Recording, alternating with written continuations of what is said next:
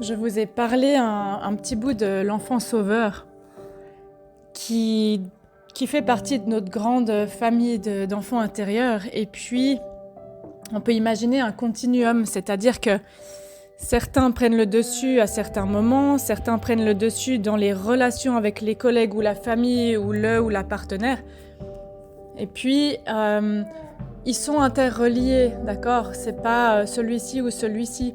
L'enfant doudou, il ressemble à l'enfant sauveur, mais il y a des petites subtilités qui sont différentes, qui divergent. L'enfant doudou, il peut faire en sorte que, adulte, j'ai un sentiment d'étouffement, d'envahissement dès que l'autre m'approche. Il n'y a pas seulement l'enfant doudou qui amène à ce genre de schéma, mais là je vais vous parler que de celui-ci. C'est une part de nous qui a grandi avec un parent qui était très anxieux.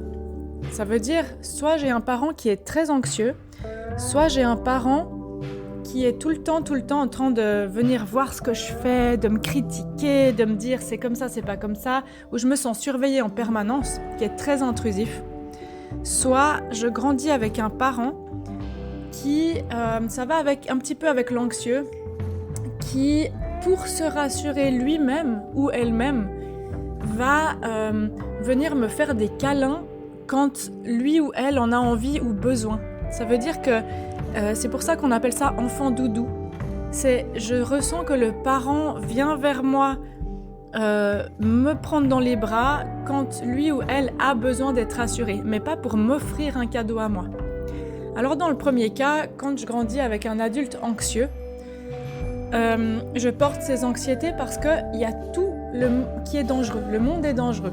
C'est-à-dire qu'à chaque fois que je veux me développer en thérapie relationnelle imago, on a des stades de l'enfance qui sont des échelons et où on peut être un petit peu plus blessé qu'à d'autres stades dans certains stades.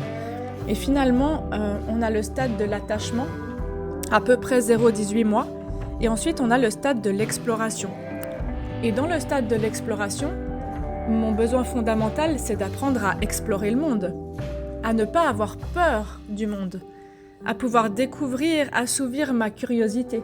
Alors quand je grandis avec un adulte, à chaque fois que je veux faire quelque chose qui me dit « Attention, tu vas te faire mal » ou bien « Mais il pourrait se passer ça ». À quelque part, je ressens cette énergie de stress, cette énergie d'anxiété. Donc soit je la mets en moi, je deviens aussi cette anxiété parce que j'écoute finalement, j'intègre ce que le parent me dit et je me dis « Ouh là là, tout est dangereux » et j'arrête d'explorer le monde. Donc j'explore mon intériorité.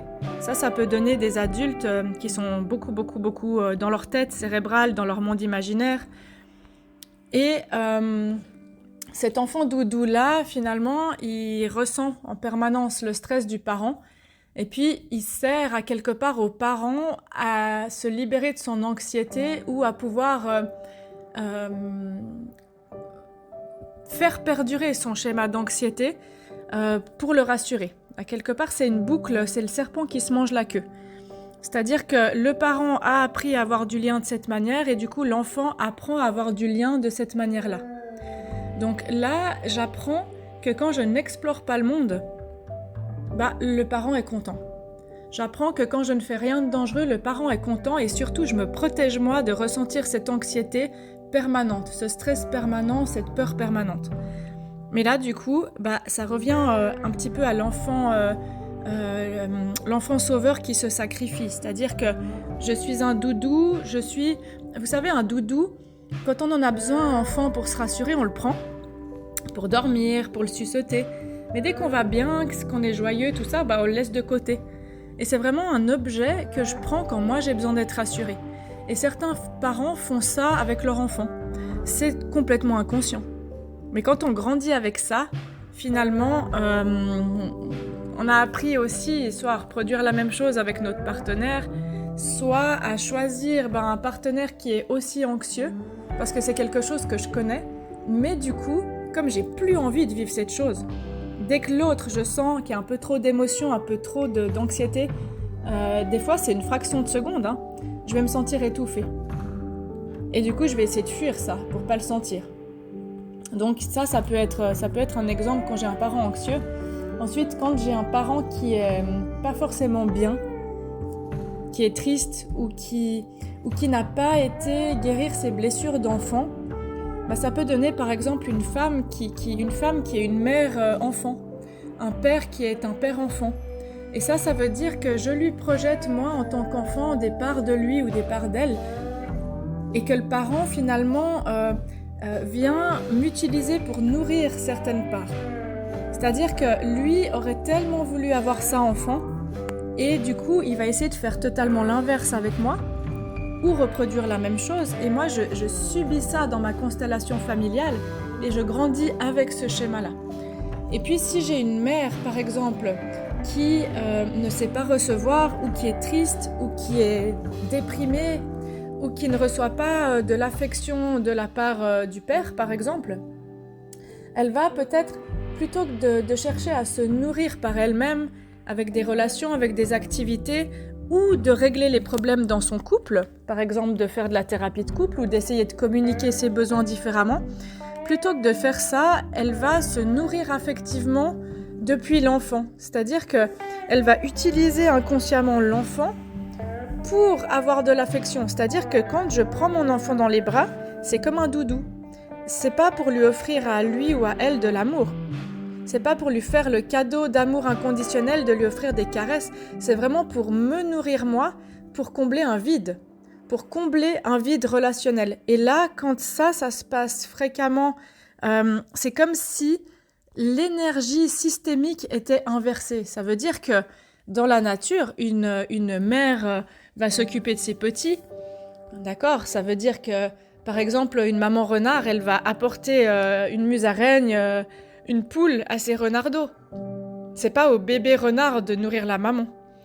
Et un enfant doudou, il va sentir qu'il est dans l'énergie, parce que c'est pas conscient, mais il va sentir qu'il est utilisé.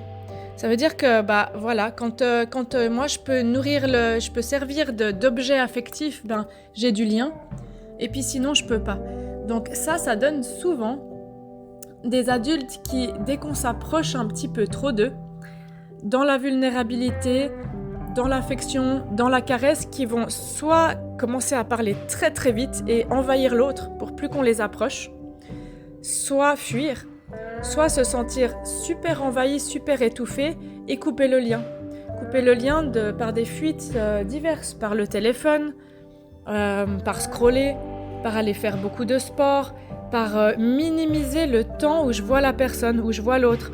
Parce que du coup, ça me submerge en fait, c'est trop, et physiologiquement, ça me fait rejouer ce parent anxieux ou ce parent qui m'aspirait énergétiquement pour se nourrir soi dans un vide sans fond finalement. Et moi, au fond de mon cœur et de mon âme, j'ai envie d'être en lien avec mon partenaire ou ma partenaire. Mais ça me fait tellement rejouer ce sentiment d'envahissement que du coup, je vais trouver des stratégies pour minimiser le lien à l'autre. Et ce faisant, je fais rejouer aussi probablement à mon ou ma partenaire un manque affectif, une blessure de rejet, d'abandon.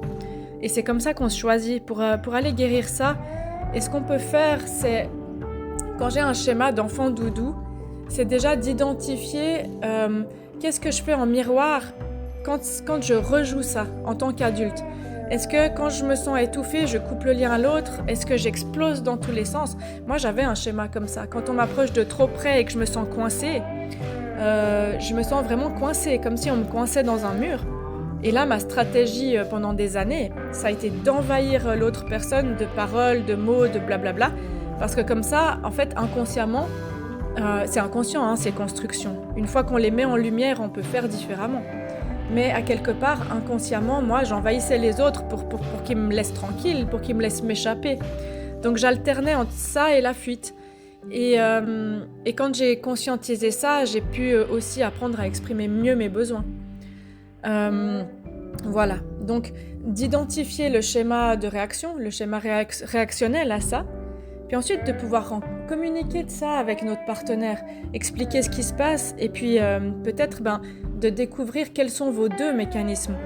À partir de là, vous pouvez construire un amour plus conscient, proposer à l'autre de dire tu vois, ça je suis sensible, tu pourrais m'approcher plutôt comme ci ou plutôt comme ça.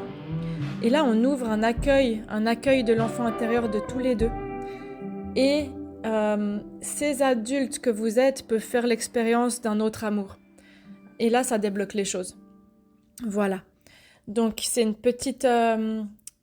c'était un petit aparté particulier sur l'enfant doudou. Je vais essayer de vous faire des vidéos sur les plusieurs archétypes et les plusieurs enfants intérieurs qui peuvent nous habiter et qui peuvent survenir dans nos vies encore en tant qu'adultes et qui parfois nous pourrissent la vie. Donc quand on les met en lumière, on peut apprendre à faire différemment. Et si vous souhaitez des vidéos sur tel ou tel enfant intérieur, n'hésitez pas aussi à me le mettre en commentaire ou à me l'écrire et je le ferai volontiers. Certains, je les connais plus que d'autres. Je travaille plus avec certains que d'autres, avec l'autodestructeur, le perfectionniste. Voilà, donc je les ferai. Un petit peu de patience. Et puis, si vous aimez cette chaîne, n'hésitez pas. Je démarre la chaîne, donc la partager, c'est chouette. Et à tout bientôt. Prenez soin de vous.